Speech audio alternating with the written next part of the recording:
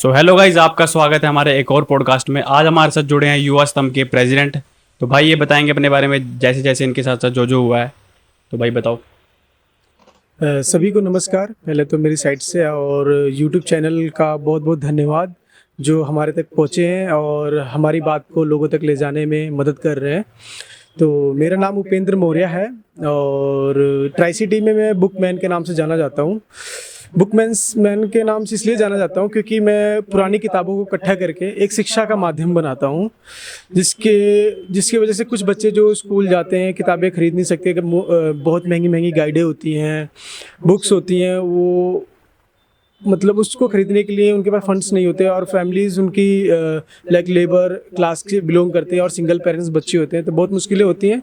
तो हमारा सिर्फ काम यही है कि पुरानी किताबें इकट्ठी करनी और वो किताबें उन बच्चों तक लेके जाना जिनको उसकी ज़रूरत है। तो इसको मुहिम को एज अ बड़े स्केल पर करने के लिए हमने एक ग्रुप में पहले डिस्कशन किया था और उसके बाद स्टार्ट किया युवा स्तंभ।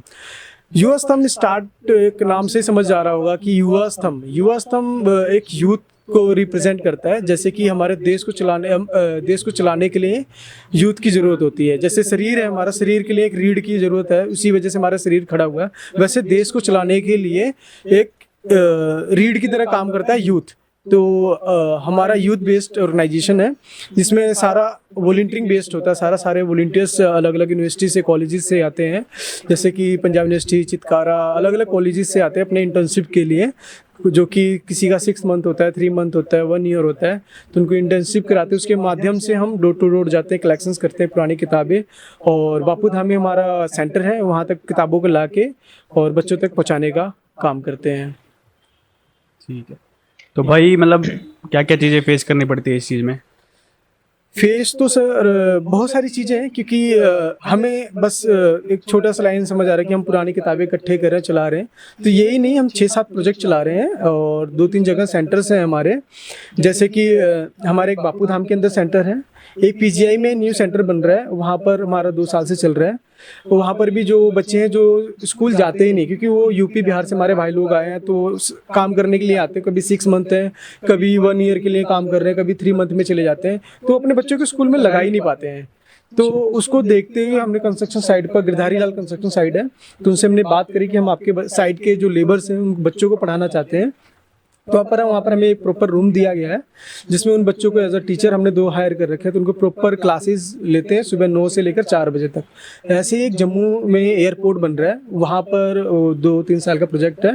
तो वहाँ पर भी हमने जो लेबर बच्चे हैं उनको पढ़ाते हैं, और वो बच्चे चेंज होते रहते हैं, कभी 6 मंथ में, कभी 1 ईयर में। हमारे लिए टास्क बहुत मुश्किल रहता है क्योंकि हमेशा नए बच्चे आते रहते हैं, फिर उनको दोबारा शुरू करना पड़ जाता है ना। तो मुश्किल तो है, बट ये है कि हम उन पर ज़्यादा फोकस इसलिए करते हैं क्योंकि क्राइम हो गया या नशा हो गया, कुछ भी हो गया, जो गलत चीज़ें वहीं से निकल के आती है जहाँ पर एजुकेशन नहीं है ना, और वो मजबूर है, वो स्कूल जा ही नहीं सकते।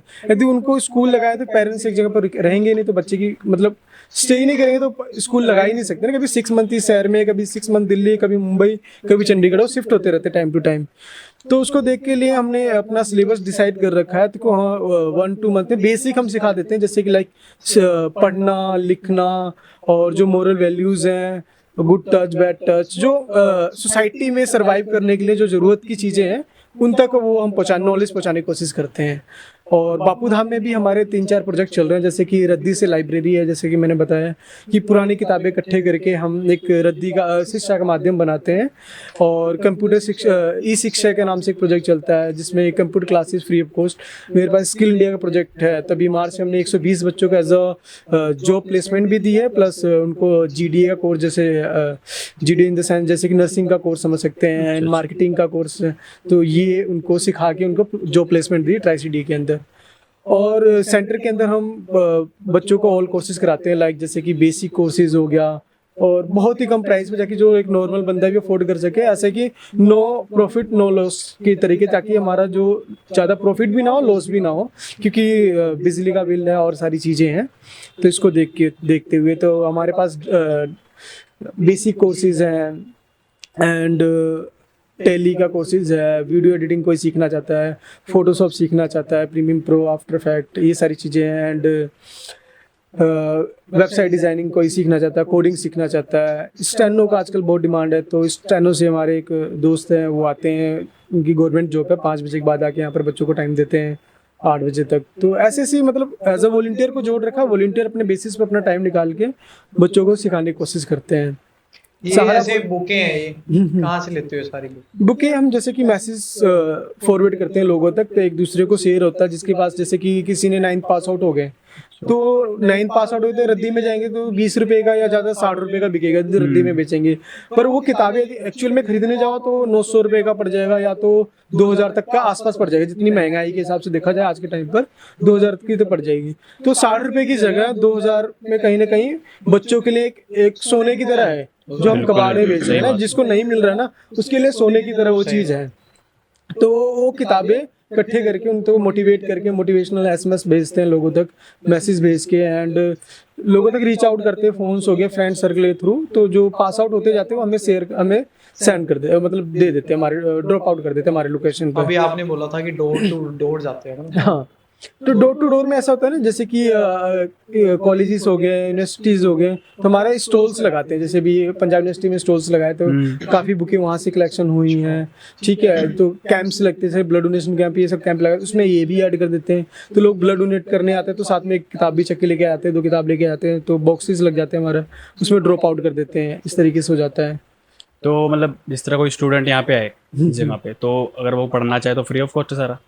फ्री ऑफ कॉस्ट में भी 2-3 चीजें हमने रख रखा है तो फ्री ऑफ कॉस्ट क्या क्या चीज मतलब फ्री ऑफ कॉस्ट और पेड है? जैसे लाइब्रेरी है हमारा, जो रद्दी से लाइब्रेरी है, ये टोटली फ्री ऑफ कॉस्ट है, कोई मेंबरशिप नहीं है, कोई कुछ नहीं है। बट उस जैसे कि वो आया अपना आधार कार्ड, उसको फोटोकॉपी देना पड़ेगा, 2 रुपए फोटोकॉपी खर्च करना पड़ेगा उसको, ठीक है, वो ताकि सिक्योरिटी रहे, क्योंकि महंगी महंगी किताबें हैं। हम ऐसे मतलब रद्दी तो है, पर रद्दी भी बना नहीं सकते ना, रद्दी इकट्ठा कर रहे हैं, रद्दी तो नहीं बना सकते, कोई हमसे ले जाके वो बेच दे, उसका भी मतलब नहीं है ना, रद्दी हम इकट्ठा कर रहे हैं और बच्चा कोई और रद्दी बना के कबाड़ में बेच रहा है। तो उसको भी ध्यान रखते हुए हमने अपना उनका आधार कार्ड लेते हैं एंड उनका रजिस्टर मेंटेन करते हैं, उनको 1 मंथ का टाइम देते हैं, 1 मंथ तक पढ़ो। उसके बाद यदि आप नहीं पढ़ पाए, उसको और कंटिन्यू करना चाहते हो तो री रजिस्ट्रेशन करा दो, उसको आप दोबारा लाओ, दोबारा डेट इशू कराओ हमारे पास से, फिर दोबारा उसको लेके जा सकते हो। ऐसा नहीं कि उसको जमा ही करा दो, मतलब एक ये लाइब्रेरी टाइप भी है? और हाँ, लाइब्रेरी टाइप है पूरा प्रॉपर, और वो मतलब उनको हमारे निगरानी में हम एक तरीके से रखते हैं, रजिस्टर में मेंटेन करके रखते हैं, ताकि ये ना रहे, ताकि क्या होता है कि हमारा मकसद क्या है, रद्दी से शिक्षा, अब पुरानी किताबें इकट्ठे करके हम लोगों तक पहुंचा रहे हैं, ठीक है। तो वही यदि कोई और बच्चा मिस यूज करे तो उसका फायदा नहीं ना, तो वो फिर उन बच्चों से जो जिसने पढ़ लिया उसके काम का नहीं है, देखा जाए ना, फिर उससे लेके जिसको जरूरत है उस तक उस चीज को पहुंचाए। तो ये मकसद है थोड़ा उस चीज और का। क्या क्या मतलब अभी जैसे कोरोना टाइम में देखा था, कोरोना में हमें 112 फैमिलीज अडॉप्ट कर रखे थे, उसमें सुबह का खाना देना, दोपहर का खाना देना एंड शाम का खाना प्रॉपर। 12 फैमिली? हाँ, 112 112 फैमिली। और कितने बंदे होंगे के अंदर? तो पीपीटी किट पाके हमारे साथ हमारे जो टीम मेंबर्स हैं, मैं वीडियो शेयर करूंगा आपको। परमिशन मिली थी? परमिशन ली थी, प्रॉपर परमिशन ली थी हमने एमसी से, ठीक है। एंड हम खुद रजिस्टर्ड है ऑर्गेनाइजेशन के अंदर ना, तो उसमें कोई दिक्कत नहीं थी हमें किसी चीज के लिए कोई हमें रोके, क्योंकि लीगली हमारा काम है, हमारा क्योंकि ऑर्गेनाइजेशन का काम ही यही होता है, जहाँ पर प्रॉब्लम है वहां पर पहुंचना सबसे पहले। बिल्कुल। तो लीगली है हम, तो हमें कोई रोक टोक तो नहीं था किसी चीज के लिए, लेकिन हम कुछ चीजों को सावधान बरत रहे थे उस टाइम, जैसे पीपीटी किट पा लिया उस टाइम, सैनिटाइजर्स का यूज करना प्रॉपर, घर जाना तो अलग से रूम दे रखे थे हमने वॉलंटियर जो डोर टू डोर जा रहे, क्योंकि 112 जो फैमिलीज थे वो कोरोना पेशेंट्स वाले थे, ऐसे नहीं नॉर्मल हमने किसी को दे दिया, उनको नहीं दे रहे, जो कोरोना से पीड़ित है उन तक लेके जाते थे हम वो फूड, क्योंकि वो मार्केट में जा ही नहीं सकते ऑलरेडी ना, वो खरीद सकते हैं, दूध के पैसे हैं उनके पास, लेकिन वो मार्केट में जाने के लिए जा ही नहीं सकते। मेन ये, कुछ ऐसे फैमिलीज भी थे जो खरीद सकते थे, उन्होंने हमें डोनेशन भी दिया, जो कि कुछ ऐसे फैमिली तक भी गए थे, बट वो मजबूर थे, वो जा ही नहीं सकते। उस टाइम का सिचुएशन ये था कि जो देने जा रहा था वो भी डर रहा था कि मुझे ना हो जाए, मेरी डेथ ना हो जाए ना, तो ऐसा सिचुएशन था। तो उस टाइम को देखते, और बापू धाम में उसको कोरोना टाइम से 5 बुजुर्ग लेडीज अडॉप्ट कर रखा, आज तक एवरी मंथ उनको राशन देते आ रहे हैं, एवरी मंथ, ऐसा कोई मंथ नहीं गया हुआ है तब से कोरोना टाइम से आज तक, एक मंथ भी ऐसा मतलब 6 साल हो गए, डेट आगे पीछे जा रही होगी, कभी 15 को दे दिया, कभी 16 को दे दिया, पर आज तक कभी ऐसा नहीं हो कि उनके पास राशन नहीं पहुंचा होगा। चलो ये तो बढ़िया चीज है यार। तो बट ये है कि वो नीडफुल देख के हमने सेलेक्ट करा, ऐसा नहीं हम किसी को दे रहे हैं, सिर्फ 5 ही लेडीज है, बहुत नहीं है, 50 नहीं है, सिर्फ 5 लेडीज है, बुजुर्ग है और सिंगल, मतलब उनका है नहीं आगे पीछे कोई ज्यादा। इसका खर्चा कौन उठाता है फिर? हाँ, खर्चा ये मतलब इसका जो आप डोनेट कर रहे हो उसका खर्चा कौन उठाता है? खर्चा भी मैं बताता हूँ, उसमें क्या है कि लोग जुड़े हुए हैं, हमारा प्रोजेक्ट 100 है, एक प्रोजेक्ट हमारा है प्रोजेक्ट 100, उसमें क्या है, हमने 100 डोनर्स जोड़ रखे हैं। उसमें कोई 500 रुपये देता है, कोई 1000 रुपये देता है, कोई 200 रुपये देता है। तो ऐसे ऐसे कई सारे डोनर्स जुड़े हुए हैं जिनके एक मंथ में रेवेन्यू जनरेट हो जाता है, लाइक 50,000 60,000 हमारे पास आ जाता है। उन पैसों को अलग अलग प्रोजेक्ट में हम यूज़ करते हैं, जैसे कंप्यूटर सिस्टम्स के लिए हो गए, रिपेयर्स हो गए, सारी चीज़ें हो गया, बिजली का बिल हो गया, और भी कोई बच्चों की रिफ्रेशमेंट देना है, किताबें खरीदना है, राशनिंग करना है, और अलग अलग चीज़ें में हम उन पैसों का यूज़ करते हैं। जो हमारा स्टाफ है उनकी सैलरी देना, ये सारी चीज़ें। कितने स्टाफ है मतलब यहाँ पे? स्टाफ तो मेरे पास 6 स्टाफ है जो 6 सैलरीड है ऊपर। इसी में? इसमें नहीं, 2 जैसे कि मैंने बताया जम्मू में है अपना। अच्छा, टोटल? हाँ, टोटल बताया 6 हैं, 2 वहाँ, 2 वहाँ पर, 2 यहाँ पर अच्छा है। अच्छा अच्छा ये चीज़ है। तो सही है। बाकी वैसे देखा जाए तो मेरे पास जो टीम है बहुत बड़ी है, कम से कम 16-17 बच्चों की टीम है, मतलब टीम है हम जैसे ही। तो प्रॉपर अपने अलग अलग, कोई सोशल मीडिया हैंडल कर रहा है, कोई एडिटिंग कर रहा है, कोई कुछ कर रहा है, कोई शूट कर रहा है, और कोई पढ़ाने आ रहा है, कोई स्पीच देने आ रहा है, कोई कुछ कर, कोई मैसेज के लिए लगा रखा है किसी को कि तूने मैसेज ही करना है। तो अलग अलग उनको डिपार्टमेंट दे रखा अपने ऑर्गेनाइजेशन के अंदर, जो अपना वो रिस्पॉन्सिबिलिटीज निभा रहे हैं। तो इस तरीके तो से ये है। जो आपकी कंप्यूटर क्लासेस होगी और क्लासेस होगी, वो उनकी फीसेस हैं? हाँ, फीस है 500 रुपये रख रखा। 500 में आप देखो बच्चों को टैली भी सीखने को मिल जा रहा है, बेसिक सीखने को मिल जा रहा है, जो कि वो मनी माजरा सीखने जाता है बच्चा, इतना दूर किराया लगा के 500 ज़्यादा किराया पड़ जाता है। तो नज़दीक वाले लोकेशन पर उनको सारी चीज़ें फैसिलिटीज मिल रही, जो कि गवर्नमेंट रजिस्टर्ड है। आगे और कोई इंस्टीट्यूट देखो तो नॉर्मली अपनी दुकान में खोल के बैठे पड़े हैं, हमारा government as a registered organisation है। तो उनके आगे कहीं जॉब में उन्होंने अप्लाई करना, तो हर जगह एलिजिबिलिटी मिलेगी उस चीज़ के लिए। ये बेनिफिट है यहाँ के लिए ना। और इन्वायरमेंट भी देख लो, अच्छा इन्वायरमेंट है, प्रॉपर बना रखा है ना। तो भाई मतलब आपको इसका स्टार्ट करने का आइडिया कहाँ से आया, या मतलब किसी ने आइडिया दिया या खुद ही दिमाग में आया? आइडियाज जैसे कि मैंने बताया था कि रद्दी से शिक्षा प्रोजेक्ट में चला रहा हूँ ना, तो मैं भी मतलब बहुत करोड़पति फैमिली से नहीं हूँ, मिडिल क्लास से हूँ, एंड मैं खुद रेंट पे रहता हूँ यहाँ पर। तो मुझे खुद +1 +2 में जब था, मैं 20 सेक्टर से पढ़ रहा था, मुझे खुद गाइडें खरीदने में उस टाइम दिक्कत होती, क्योंकि हम छोटे छोटे थे, पॉकेट मनी इतना मिलता नहीं था। तो मुझे खुद उस टाइम बड़ा दिक्कत हुआ, और उस टाइम मैं NSS में हुआ करता था। तो वहाँ से मुझे लगा कि पुरानी किताबें क्यों ना इकट्ठा करें या कुछ स्टार्टअप करें। तो उस टाइम मेरे को आइडियाज़ तो था, बट ये कि ना क्राउड है ना टीम है, कल्ला क्या करेगा बंदा ना। तो उसके लिए मैंने डांस क्लास स्टार्ट किया पहले, कि हाँ एक क्राउड है, वो कुछ एक्टिविटीज स्टार्ट करूँ। तो वाल्मीकि धर्मशाला में 3 साल तक आपने सुना होगा डांस क्लास चलता है, तो सुना होगा ना कभी ना। तो वो सारा मेरे अंडर ही था। अच्छा। हाँ, मैं सिखाता नहीं था, बट मेरे अंडर ही था। मैं एज अ टीचर रख रखे थे 1-2, तो उनके अंडर ही, मतलब मैं उनके थ्रू कराता था, तो कोऑर्डिनेट मैं करता था उस चीज़ को। तो धीरे धीरे बच्चों को डांस देखते हुए फिर लगा कि यार इनको पढ़ाना भी जरूरी है ना, एक्टिविटी के साथ साथ। तो उनको गाइडेंस देने शुरू कर दिए, फिर उनके साइड बाय साइड किताबें, उनकी जिसको जरूरत पड़ता था किताबें देने शुरू कर दिए। तो ऐसे ऐसे धीरे धीरे मुहिम चलने लग गया। फिर उसके बाद दोस्तों के साथ मिला मैं, जैसे कि ऋषु राज है, एंड अनिल, विक्रम, इंदर, राजन, ऐसे मेरे क्लोज 2 फ्रेंड्स हैं। तो आपस में हमने डिस्कस करा कुछ सोसाइटी के लिए करते हैं, वो भी कहीं ना कहीं सोसाइटी से जुड़े हुए हैं, सभी अपने अपने फील्ड में ना। तो कुछ न्यूज़ चैनल से हैं, कुछ मीडिया डिपार्टमेंट से हैं, एंड तो आपस में मैंने बात करा, सभी से कुछ स्टार्टअप करते हैं।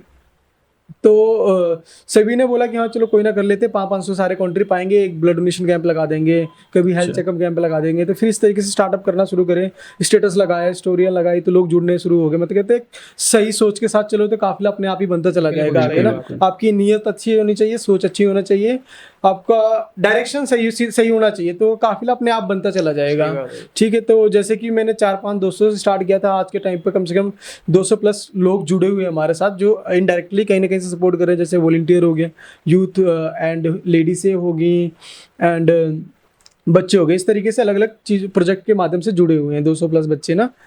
तो धीरे धीरे ये सारी चीज़ें हुई। तो इसमें फाइनेंशियली दिक्कत आने लगी हमें काफ़ी स्टार्टअप के बाद ना। तो डॉक्टर विजेता मैम है, एक डॉक्टर विजेता मेहता नाम है, सेक्टर 18 में उनका क्लिनिक है। अच्छा। तो उनसे मिला, उनको भी बताया कि ऐसी ऐसी प्रॉब्लम हो रही। तो आई थिंक 4 से 5 साल हो गया, 5 साल से जो रेंट हमारा लाइब्रेरी का जाता है, एंड जो स्पेसिफिक जो खर्चे होते हैं टोटली मैडम को हमें बताना होता है, मैम हमें पे कर देते हैं एवरी मंथ। तो वो चीज़ें हो जाता है। इस रह सर हमने किडनी पेशेंट अडॉप्ट कर रखा है, तो हर महीने 10 से 15 हज़ार रुपये जाता है उस बंदे दवाई के लिए। तो उनको बस हमने एक मैसेज डालना होता है, जाके ले ले बेटा, ऐसा बोलते जाके ले ले, मेरे को से पैसे ले जाइयो, बिल दिखा दे, बिल भेज दे मेरे को। तो ऐसे मतलब कहते हैं ना, आप अच्छा काम करोगे ना, आपसे अपने आप लोग अच्छे जुड़ जाएंगे। सही बात। बिल्कुल एक सही जो बात। पॉजिटिव है, कहते हैं ना गॉड है, रियलिटी में गॉड है, वैसे ही आप अच्छा काम करोगे आपके साइड में अट्रैक्ट करते रहेंगे लोग, अट्रैक्ट उसी हिसाब से अट्रैक्ट करेंगे। जैसे कि एक आपने देखा होगा कि मैं, आप सोचोगे कि यार मैंने ना होंडा सिटी खरीदना है या तो कोई और गाड़ी खरीदना है, तो आप रोड पर चलोगे ना आपको होंडा सिटी दिखेगी और कोई सारे ब्लर हो जाएंगे। हाँ वो तो है। ना ये तो आप है। थार खरीदना है ना तो थार ही दिखेगी और तो ब्लर हो जाएंगे अपने आप ही माइंड से ना, mindset की बात है। माइंड सेट ही बन जाएगा वो ना। वो तो है। तो वैसे ही है कि हम जब सोचते हैं अच्छा चीजें सोचते हैं ना तो अपने आसपास ना नेगेटिव दिखेंगे पर वो ब्लर हो जाएंगे, उन तक हम पहुंचेंगे नहीं, पॉजिटिव अपने आप ही हमारे साइड आ जाएंगे। तो इसको देखते हुए काफी अच्छे अच्छे लोग जुड़े हैं हमारे साथ।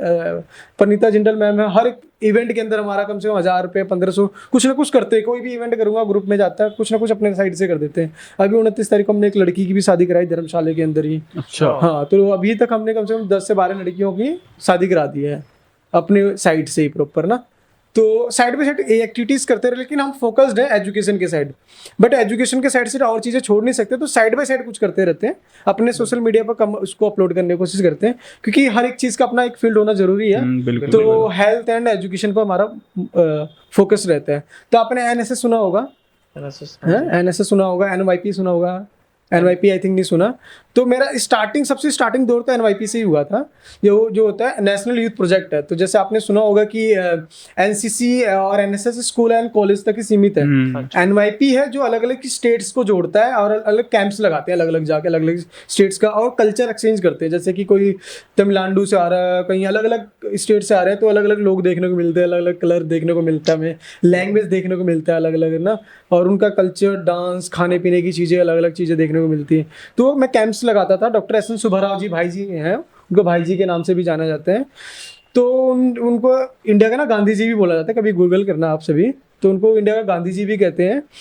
तो एक भाईचारे के लिए काम करते थे उस टाइम जब मैं जुड़ा था, और अभी तो रहे नहीं। डाकू मंगल सिंह का नाम सुना होगा आपने ना?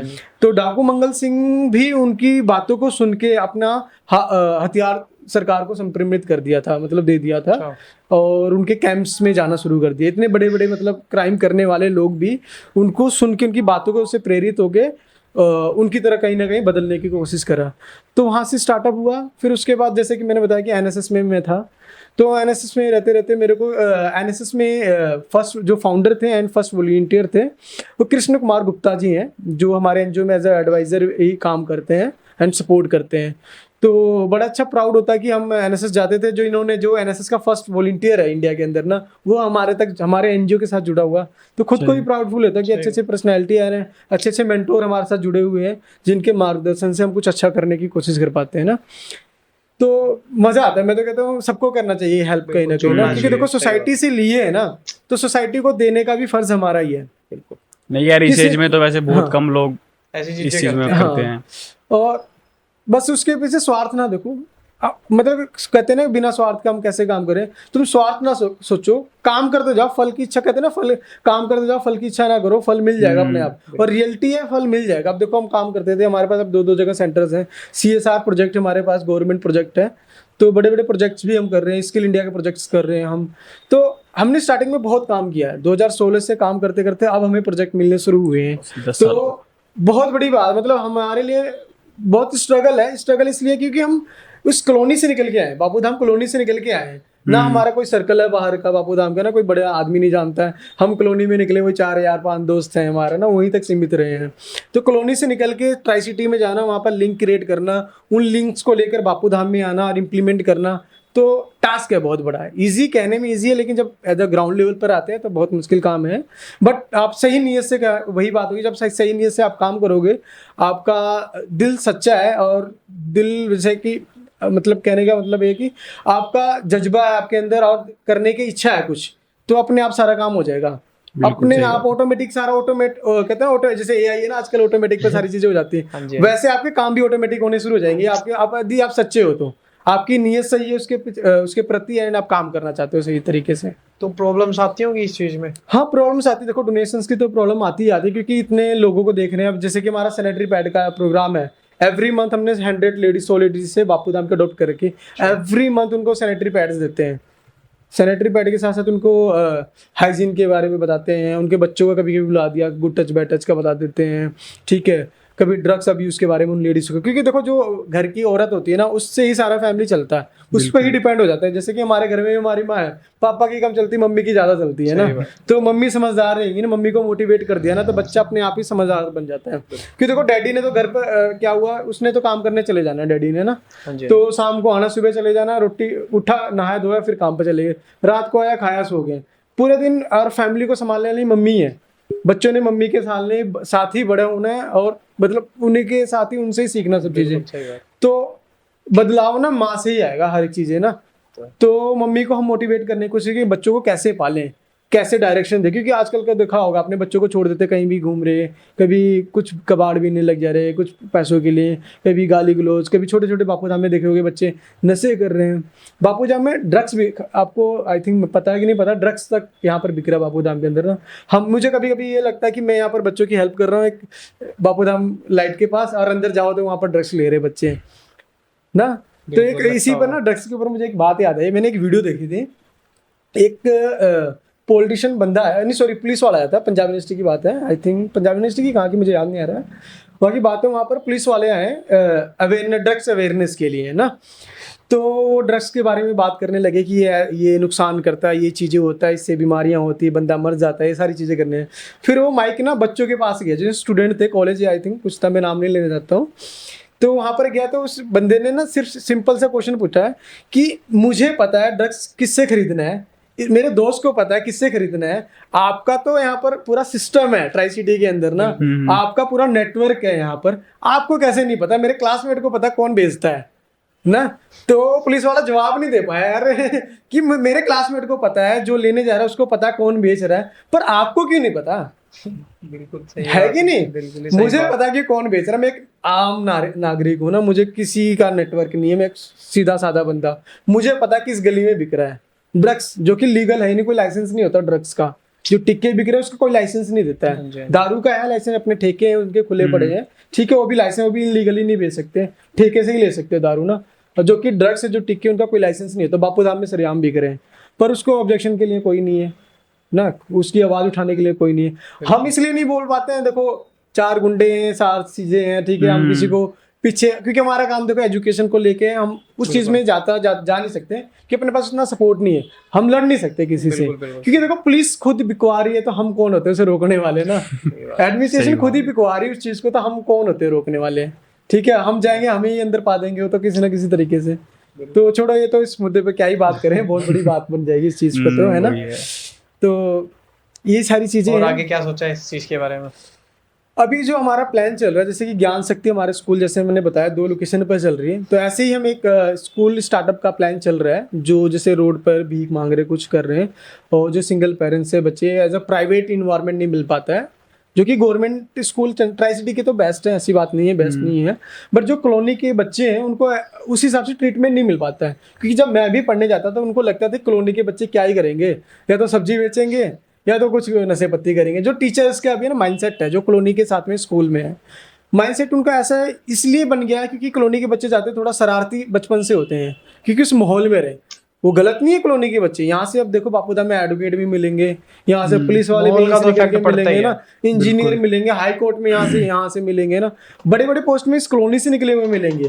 बट जो टीचर का बचपन है, जो माइंडसेट बन जाता है, इसलिए बच्चे शैतानी होते हैं, जो शैतान होते हैं कहीं ना कहीं ना, और जो कॉलोनी में गाली गलौज थोड़ा सीख जाते हैं छोटी सी उम्र में, तो उसको लेके टीचर भी जज कर लेते हैं, तो ऐसा ही है, तो सब्जी बेचेगा, मतलब टीचर ही पहले डिमोटिवेट कर देती है, तो फिर बच्चा क्या ही करेगा ना।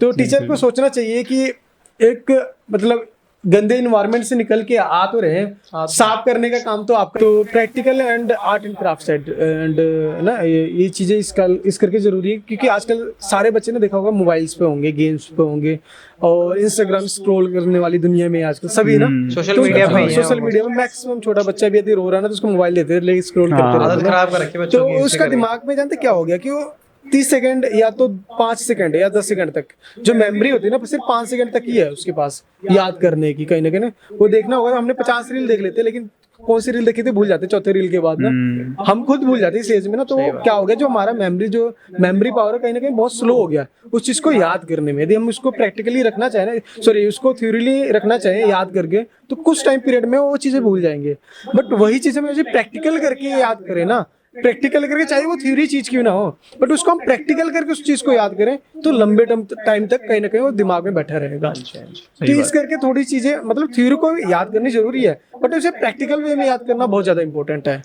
इस चीज को लेके थोड़ा चल रहे हैं और स्किल को लेके थोड़ा चल रहे हैं, जैसे कि कुछ आर्ट एंड क्राफ्ट से चीजें बना दिया और उसको बच्चों के एज अ बिजनेस मॉडल कहीं ना कहीं लेके जाए कि छोटे, जैसे आपने देखा होगा चाइना का, हम कहीं ना कहीं 72%, मैंने जब एक दिन पढ़ा था, न्यूज पढ़ा था, इंडिया 72% निर्भर हो गई है चाइना के प्रोडक्ट के ऊपर। जैसे हम ये माइक भी यूज कर रहे हैं, कहीं ना कहीं इसके अंदर बिल्कुल। China, made in China China, ये कैमरे चाइना है सारे। हम टी शर्ट भी पा रहे हैं ना, ये जो मशीन जो बना के, मान लिया ये हमारे इंडिया का प्रोडक्ट होगा, बट इसका जो मशीन बन रही है ना वो मेड इन चाइना का होगा, जो मशीन बना रही है टी शर्ट को ना। तो कहीं ना कहीं हम पूरा एक तरीके से हम गुलाम हो गए, इनडायरेक्टली देखा जाए हम चाइना का गुलाम है, कि हम उसके लिए काम कर रहे हैं, हम उसका यूज कर रहे हैं और हम उसके लिए काम कर रहे हैं। इनडायरेक्टली देखा जाए इस चीज को कोई समझ नहीं रहा है, ये बहुत बड़ा मुद्दा है इंडिया के अंदर, कि हम कहीं ना कहीं पूरा डे, जिस दिन 100% मतलब डिपेंड हो गए ना उसके ऊपर, तो चाइना के खिलाफ हम एक बम भी नहीं छोड़ सकते। अरे प्रोडक्ट भी तो नहीं है ना, फिर इंडिया में तो बनने चाहिए ना, तभी वो होगा ना कि हम यूज करें। हाँ, ये जैसे कि चीज इंडिया में बने। मैडम प्रधानमंत्री का, श्री नरेंद्र मोदी जी का बड़ा अच्छा इनिशिएटिव लोकल फॉर, इस तरीके से कुछ चलाया था, लोकल फॉर वोकल, इस तरीके से कि जो लोकल बंदे हैं अपने एरिया में काम छोटा मोटा स्टार्ट करे, कुछ सीख के कर सकते हैं। तो उसके लिए जैसे लोन भी कई पर चल रहे हैं, बट ये है कि काफी चीजें कागजों में ही है, बट ग्राउंड लेवल पर आइडियाज अच्छे हैं, बट वो चीजें ना यदि ग्राउंड लेवल पर इम्प्लीमेंट होना तो बहुत अच्छा है। जो भारतीय जनता सपोर्ट पार्टी मिले तो यार कितने लोग हैं, हाँ, सपोर्ट की जरूरत होती है। देखो सपोर्ट जब मिलता है ना तभी इंसान कुछ कर पाता है। वही फिर चीज मिडिल है। क्लास बंदा माइंड है, हम्म। ठीक है, चीज कर भी ली, बना भी ली, ठीक है, उसे सपोर्ट करने के लिए नहीं है ना कोई। वही चीज, अब लोगों को पता नहीं, देखो अवेयरनेस का भी अभी जैसे कि ये अपने लाइफ सेवर वाले हैं, इनको ये कोई सपोर्ट भाई नहीं हमारे है। ठीक आपको है। चलो कुछ हद तक सपोर्ट मिल जाती है, इनको तो कोई इन्हें सपोर्ट ही तो नहीं नहीं है ना। मिलती ना। अब इन्हें सपोर्ट मिले तो ये क्या से क्या कर ले। नहीं, ये तो है, ये तो अच्छा है ना? काम करते हैं। देखो ग्राउंड देखो- लेवल पर ना, जो ग्राउंड लेवल पर काम करते हैं उसके बारे में सुन के मजा ही कुछ और आता है। मजा आता है, लेकिन थोड़ा सा ऐसा भी होता है कि यार बताओ कोई सपोर्ट नहीं करता, ठीक है, लेकिन इन्हें सपोर्ट करना चाहिए बहुत बंदा ज्यादा। चलो फाइनेंशियली ना करे पर एज अ फिजिकली तो नहीं, सपोर्ट देखो कर सकता हमारे है। पास जितने बार भी आए हैं तो पूरा कंधे से कंधे मिला के खड़े हैं बिल्कुल उनके यार, साथ, करना चाहिए, तो सपोर्ट support किया, करो। पूरा खुल के करा सपोर्ट उनको ना। जैसे कि मैं बता रहा था, प्रैक्टिकल नॉलेज होना बहुत जरूरी है, तो उसको लेके हम सिलाई सेंटर भी हम लेडीजों को चला रहे थे, अभी थोड़ा सा स्लो चल रहा है उसका, एंड उसके देखते हुए फिर कंप्यूटर क्लासेस का या आइडिया रहा कि ये कंप्यूटर बहुत ज़रूरी है ना बापू धाम कॉलोनी के लिए, बच्चों के लिए मैक्सिमम, क्योंकि एंड द एंड उन्होंने +2 के बाद भी एक बात कहीं ना कहीं जॉब प्लेसमेंट देखनी है अपनी ना, तो यहाँ पर हम एज अ डिप्लोमा करा के उनको जॉब प्लेसमेंट भी दे रहे हैं बच्चों को। ठीक है, अब बहुत कम प्राइस है, 500-1000 रुपये बहुत बड़ी बात नहीं है बच्चों के लिए, यदि उनको सही डायरेक्शन है, सही नॉलेज मिल रहा है और साथ में जॉब प्लेसमेंट्स भी मिल रही है तो ना, तो बच्चों के लिए बहुत अच्छी अपॉर्चुनिटी है, कहीं ना कहीं वो आके यदि ज्वाइन करें। और बहुत ज़्यादा लोकेशन पर भी नहीं है, वाल्मीकि धर्मशाला है, लाइटों के साथ में वॉकिंग डिस्टेंस पे है, बहुत दूर जाने की जरूरत नहीं बिल्कुल, है बिल्कुल। ना, कोई किराया लगाने की जरूरत है ना, जो किराया लगेगा वही समझ लो एक तरीके से फीस उनकी होगी ना। और गाइडेंस भी प्रॉपर है, एक्सपर्ट टाइप, मतलब जो टीचर हैं प्रॉपर नॉलेज वाले टीचर हैं, ऐसा नहीं कि बिठा दिया जस्ट टाइपिंग कराई जा रहे हैं, तो प्रॉपर उनकी गाइडेंस से प्रॉपर नॉलेज दे रहे हैं यहाँ पर। और उसके साथ साथ में उनको किताबें भी दे रहे हैं पढ़ने के लिए फ्री ऑफ कॉस्ट, अपने घर पे ले जाके किताबें पढ़ें, और किसी की मदद करना चाहते हैं तो वो भी हमारे पास लेकर आए। ऐसा नहीं हम किताबें तक ही सीमित है, कोई और भी फाइनेंशियली प्रॉब्लम हो रही है, किसी का बीमार है, कोई इलाज नहीं करा पा रहा है, जैसे किडनी पेशेंट बताया मैंने आपको, एंड कोई ऐसा हुआ किसी की मैरिज करानी किसी लड़की की, तो उसमें भी हम पूरा कॉन्ट्रीब्यूशन करते हैं, हेल्प करते हैं। तो टोटल कितना खर्चा जाता है एक मंथ के एंड में इस मैरिज या पीजीआई जो बता ये रहे हो, सारी सारा चीजें- कुछ मिला के A to Z? इसमें अप्रोक्स मेरा 80 से 90 हज़ार के करीब खर्चा चला जाता है टोटल, क्योंकि अभी तो 50,000 तो सैलरी जाती है, 52,000 टीचर्स को सैलरी जाती है हमारे यहाँ से। अच्छा। बाकी उसके ऊपर एक्सपेंडिचर्स होते हैं, कोई इवेंट्स हो गए, कोई प्रोग्राम्स हो गए, जैसे दवाइयाँ के लिए 5-6-7 हज़ार रुपये तो फिक्स है ही है, तो ये कम से सारा कम 7,000 जाता है। कहाँ से आता है मतलब? ये डोनर्स जुड़े हैं, जैसे मैंने बताया अच्छा, प्रोजेक्ट, ये सारा इतना मतलब मंथ में जोड़ लेते हैं? हाँ आराम से 80-90 हज़ार? हाँ आराम से आ जाता है, क्योंकि अच्छा। 40,000 तो हमारा CSR फिक्स है, वहां से आ जाता है, जैसे मैंने PGI का एंड बताया, PGI एंड जम्मू कश्मीर का, तो उस कंपनी से हमारे पास फंडिंग आ जाती है वहां से। आप इसी जगह का बता रहे हो अभी या तीनों का बता रहा हूँ मैं, तीनों को मिला के? तीनों को मिला के बता रहा हूँ मैं, अच्छा। तीनों का ऑपरेट यहीं से होता है ना सारा सिस्टम, ऑपरेटिंग मतलब मेन ऑफिस यही है, यहीं से सारा चीज ऑपरेट होता है और सारी चीजें हम हैंडल करते हैं। चलो ठीक है। वैसे अपनी फीस किस किस चीजों पे है पता भी लगना चाहिए ना। फीस तो सिर्फ ओनली 30 रुपये इवनिंग स्कूल के लिए है। 30 रुपये देखो फीस नहीं है, बिल्कुल। जस्ट हम बच्चों का कंट्रीब्यूशन टाइप था कि उनको लगे ना कि हम फ्री में टाइम पास करने जा रहे हैं। हाँ बिल्कुल, ठीक है, उनको लगे कि उसकी वैल्यू उनको समझ आए, वैल्यू जो हम पता उनको लगनी देना चाहते हैं उनकी उसकी वैल्यू समझ आए ना। क्योंकि देखो एक बातों में ही रहना कि हाँ फ्री पढ़ा दिया, ये चीजें कर दिया, जस्ट उस चीज के लिए नहीं है। जो प्रैक्टिकल यदि ग्राउंड लेवल पर आओगे तो उसके अंदर उसकी रिस्पेक्ट के साथ उसको बच्चों के अंदर इम्प्लीमेंट कर रहा है, तो उनसे 10-20 रुपए लेना जरूरी है, ताकि उनको लगता है कि यार मेरे, और भी उनके पेरेंट्स से पैसे नहीं मांगते हैं, हम बच्चों को मोटिवेट करते हैं कि आप अपनी पॉकेट मनी को इकट्ठा करो। ये पर डे की है 30 रुपए, नहीं, पूरे मंथ की मंथ की है 30 रुपए, 1 रुपया एक रुपया एक दिन का। एक दिन का। सही और है। वो भी हम बच्चों को बोलते हैं कि अपने पॉकेट मनी में से इकट्ठे करो 1-1 रुपए, पॉकेट मनी से क्या हाँ। होता है, ताकि उनको उनसे पैसा, ये फीस नहीं है, उनको ना एक मोरल वैल्यू सिखाते हैं, ताकि उनको पैसे की इंपॉर्टेंस सिखाते हैं बच्चों को। पैसे इस प्रोसेस का एक मीनिंग भी है, क्योंकि एक प्रोसेस में लेके आते हैं कि उनके पेरेंट्स कितने स्ट्रगल कर रहे हैं ना, कितने मेहनत करके 2-2 रुपए जोड़ के उनको पढ़ा रहे हैं। ट्राई सिटी जैसे जगह में, चंडीगढ़ में रहना बहुत मुश्किल काम है, बहुत महंगा शहर है और शहरों के हिसाब से ना, तो इतने महंगे शहर है यार, इतने बड़े स्कूल के अंदर पढ़ा रहे हैं, तो उनको इस चीज की वैल्यू समझने के लिए उनको खुद प्रैक्टिकल उसमें इन्वॉल्व होना पड़ेगा। इसलिए उनको हम डेली मोटिवेट करके 1 रुपया इकट्ठा करो अपने एजुकेशन के लिए। आज से वो 1 रुपया इकट्ठा करना शुरू कर देंगे, एक टाइम पर कॉलेज की फीस देनी पड़ेगी ना, वो खुद ही कर लेंगे, उनको जुगाड़ बदल जाएगा। मम्मी से कैसे मांगना, पापा से कैसे मांगना, कैसे इकट्ठे करने, कैसे अपने पैसे गुल्लक में डाल के जोड़ना है। तो प्रोसेस के लिए 30 रुपए लेते हैं, वैसे कोई फीस नहीं है हमें। फीस लेने का भी सिखाने के लिए हमको फीस लेते हैं कि आप सीखो, आपके पेरेंट्स कितना स्ट्रगल करके आपको पढ़ा रहे हैं यहाँ पर ट्राई सिटी में रह के ना। कि जो बापू धाम कॉलोनी में देखो रह रहा है ना, कोई या तो सब्जी मंडी में काम करता है, मैक्सिमम देखा जाए टिम्बर मार्केट में कोई काम कर रहा है, या किसी दुकान में लग रखा है ना, 10,000-15,000 की नौकरी में 3-4 हजार तो रेंट हो जाता है फैमिली में, 2-3 हजार रुपया राशन का निकाल दो, 1,000-1,500 रुपये बच्चा मतलब एक फैमिली इकट्ठा करता है, तो 1,000-1,500 रुपये आज के टाइम पर कुछ भी नहीं है ना। तो उनको इस चीज को वैल्यू को समझाने के लिए हमको पैसे लेते हैं। चलो वो तो ठीक है। यही तो भाई एंड करते हैं मतलब इस चीज को, है ना। नहीं, नहीं जरूर, तो और इन्हें भाई ज्यादा से ज्यादा सपोर्ट करें, और जो भी है यूथ हमारा आए यहाँ पर। इंस्टाग्राम हैंडल बता दो भाई अपना। इंस्टाग्राम हैंडल है USTHMB YUVASTMBH, और NGO साथ में लिखना होगा तो ग्रीन कलर का लोगो आ जाएगा। एंड मेरा उपेंद्र मौर्य ऑफिशियल के नाम से मेरी आईडी आ जाएगी। और किसी भी भाई लोगों को सपोर्ट की जरूरत है, हेल्प की जरूरत है, गाइडेंस की भी जरूरत है। देखो गाइडेंस भी बहुत जरूरी है, क्योंकि कहाँ पर जाना है, कैसे करना है, वो भी जरूरी है। और एक चीज रह गया बताना, वो ना जरूरी बोलो, है, बोलो। मेरे को लगता है ना, कोई चक्कर नहीं। इवनिंग स्कूल जो हमारा है ना, उसमें एक हमारा USTHMB टॉक होता है। जैसे हमारा आपका जैसे पॉडकास्ट चल रहा है, उसमें टॉक होता है, उसमें IAS अफसर, पुलिस और डॉक्टर्स, इंजीनियर्स, बड़े बड़े पर्सनैलिटीज हैं, एक दिन छोड़ के डेली आते हैं। ऐसा कोई डे नहीं है जो छूटता है। हमारे इंस्टाग्राम पर देखना, डेली काउंसलर्स आते हैं, जैसे आज भी काउंसलर्स आ रखे थे। डेली IAS अफसर तक को यहाँ पर बुलाते हैं, जिनसे मिलने के लिए सोचना पड़ता है ना, तो उनको यहाँ बुलाते हैं और उनसे इनकी जर्नी सुनते हैं कि भाई तू डॉक्टर कैसे बना, कैसे इंजीनियर बना। कि एक ऐसे ऐसे लोग निकल के आए, जैसे अमर उजाला में ऋषु राज जी हैं, 4 नंबर कॉलोनी के अंदर रहते थे, ठीक है, वहां से निकल के आके अमर उजाला के इंचार्ज हैं, ठीक है। तो मतलब कुछ करने के लिए किसी चीज के, मतलब कोई गरीब अमीर नहीं होता, बंदे की नीयत अच्छी है और पढ़ना चाहता है ना, तो लाइट के नीचे भी बैठ के पढ़ सकता है। बिल्कुल। बस उसके अंदर वो जज्बा जगाने के लिए हम USTHMB टॉक रखते हैं और फेस टू फेस कराते हैं। डॉक्टर बनना लो, डॉक्टर तुम्हारे सामने है, पूछो क्या पूछना चाहते हो। इंजीनियर बनना लो, तुम्हारे सामने इंजीनियर है।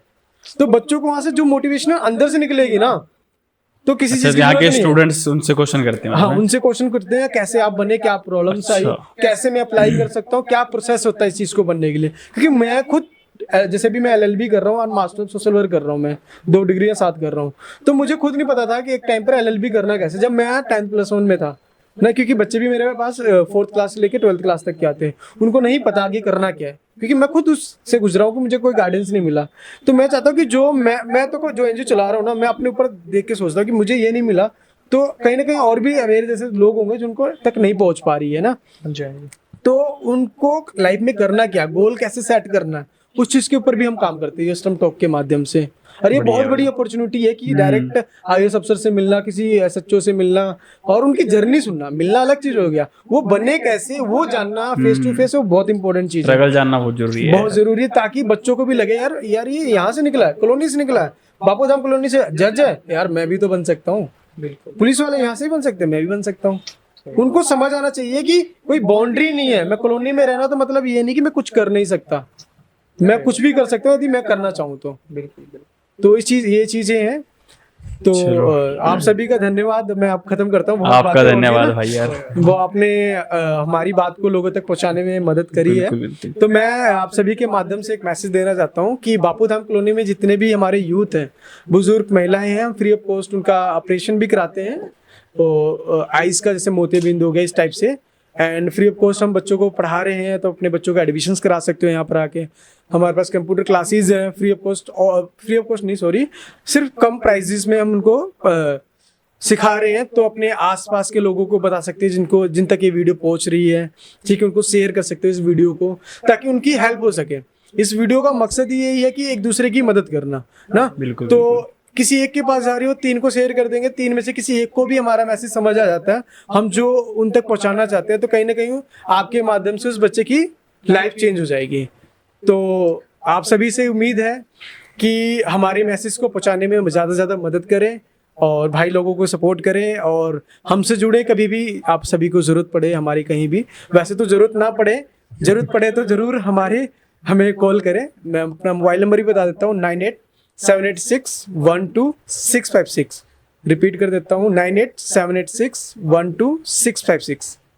चलो, thank you so much guys, तो यहाँ तक गाइस बने रहने के लिए। से आगे जुड़े आप लोग भी और सपोर्ट करें ज़्यादा से ज़्यादा। Like comment share and subscribe करना। Thank you. Thank you so much भाई। Thank you.